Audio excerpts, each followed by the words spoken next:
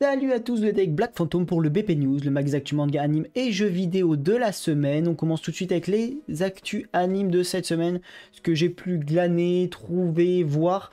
Et la première news c'est Elden Ring tout simplement parce qu'on va avoir l'adaptation du webtoon intitulé Become Lord qui sortira en série le 28 mars 2024. Donc bon, on va voir ce que ça peut donner. On suivrait en gros l'aventure du héros principal de Elden Ring dans le webtoon et on verrait bien ce que ça peut donner. Ça peut être pas mal. Après tout, ils l'ont fait pour Solo Leveling. Ça a été un banger webtoon en série et ça donne quelque chose de très bon. Là, toujours fait dans ce sens-là. Alors pourquoi pas dans l'autre sens avec quelque chose de plutôt bien. Deuxième news en anime de la semaine. Il y en a eu pas mal. Il y a eu par exemple l'annonce de la sortie d'un anime sur McDo. Alors on sait pas trop ce que ça va donner, on voit pas à limite tu vois un one shot, un seul truc genre mode ils arrivent à McDo, waouh c'est incroyable machin, genre un truc un peu promotion, pas un spin-off, un one shot, ouais, un one shot promo McDo, ok, mais non un anime qui tient sur la longueur là-dessus, je vois pas comment ça peut tenir.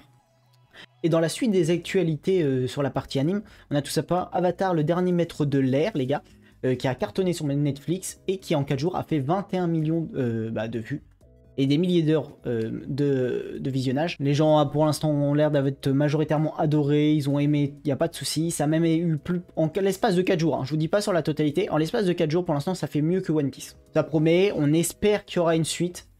Que le gros souci du maître de l'air, c'est qu'en animation, il n'y a pas de souci, il y a eu de la suite, il y a eu machin. Mais en termes de film et de série, à chaque fois, bah, genre, t'as le film 1, mais jamais le film 2.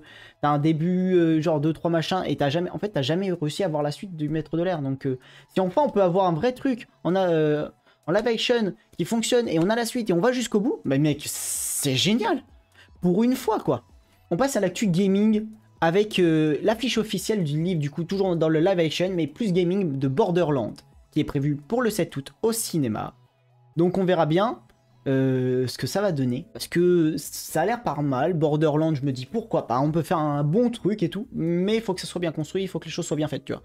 Mais ça peut être pas mal. Ça peut donner un truc, même ceux qui connaissent pas le jeu vidéo, se dire putain, il est le truc, tu vois. Et après tu leur dis, bah en fait ça, vous savez pas, c'est Borderlands, c'est un jeu en fait.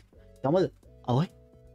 Ça peut donner un bon truc. On verra bien ce que ça donne et voilà. Toujours dans l'actu gaming, on retourne sur Elden Ring les gars, parce qu'on adore Elden Ring.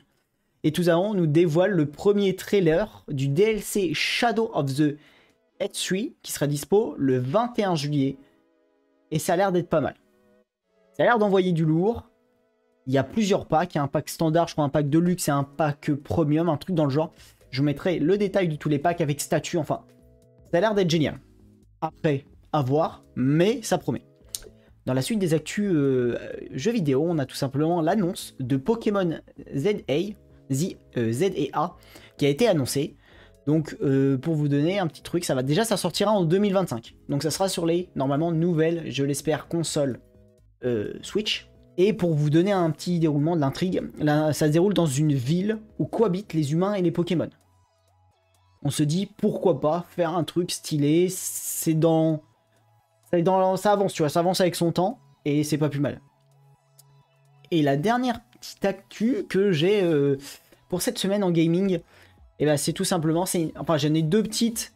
Déjà c'est l'annonce des 900 licenciements de chez de chez Sony à travers le monde. Donc c'est 900 à travers le monde, donc par rapport aux milliers d'employés, c'est ridicule, vous voyez mais ça fait quand même 900 licenciements quoi, ça fait mal. Ça veut dire que ils ont revu ceux qui entre guillemets qui étaient utiles, hein, c'est un grand mot, hein.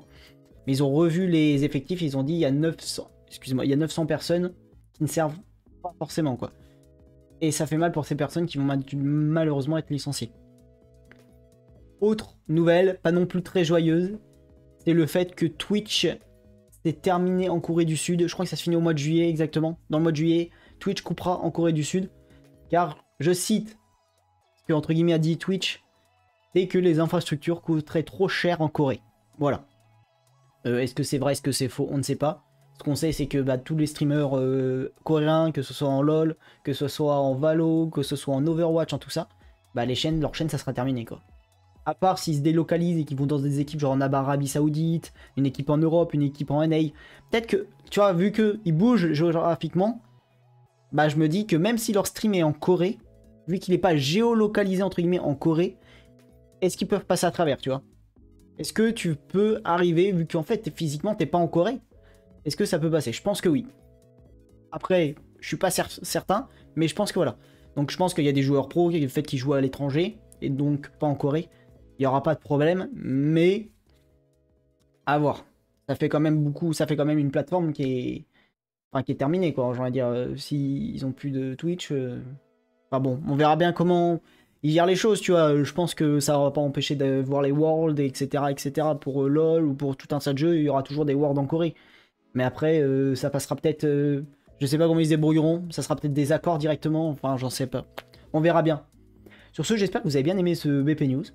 Je vous dis à une prochaine. N'hésitez pas à liker, vous abonner et lâcher un petit commentaire si vous avez une news que vous avez vue, vous êtes dit c'est pas mal, machin, enfin. Ça, je suis d'accord, ça, je suis pas d'accord. Et je vous dis à la prochaine. Allez, tchuss!